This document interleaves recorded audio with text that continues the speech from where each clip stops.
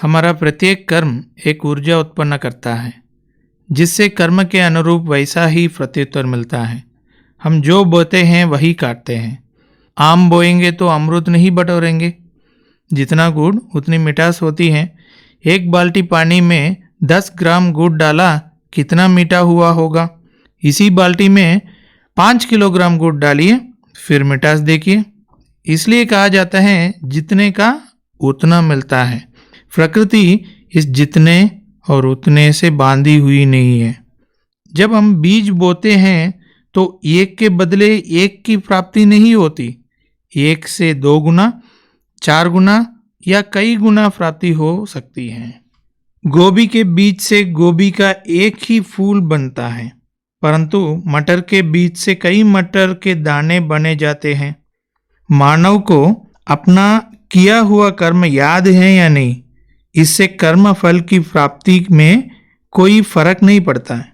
मान लीजिए हमने किसी बैंक से उधार ले रखा है, पर हम भूल गए तो क्या उधार पर ब्याज नहीं लगेगा? अवश्य लगेगा ना। उधार देने वाले ने हमारे अंगूठा का चिन्ह या कोई अन्य प्रमाण रखा है तो वह भी हमारे भूलने से नष्ट तो नहीं हो जाता। वह उन प्रमाण के सहयोग से न्यायालय के माध्यम से हमसे पैसा वसूलता है।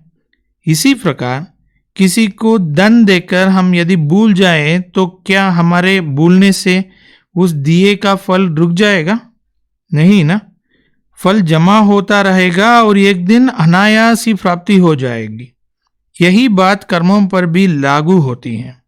बुरा कर्म किया माना कर्जा चढ़ाया।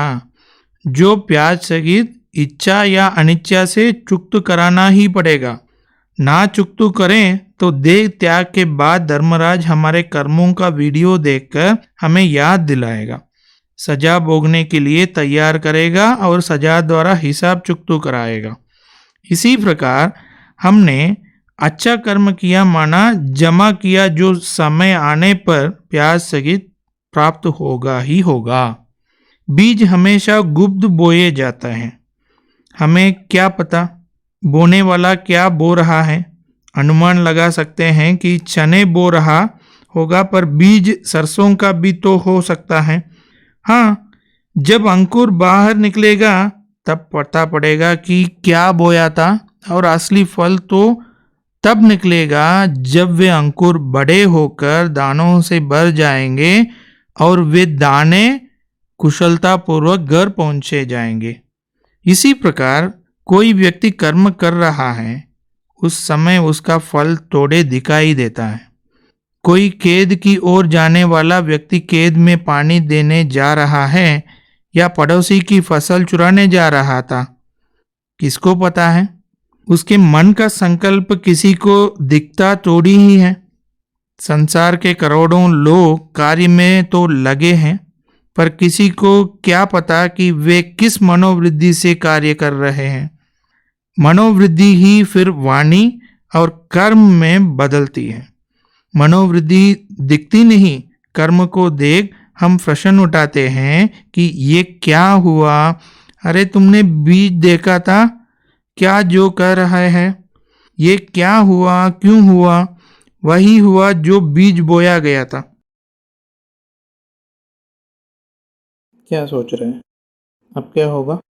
आपका बात बराबर है, मैं वही बोलने वाला हूँ।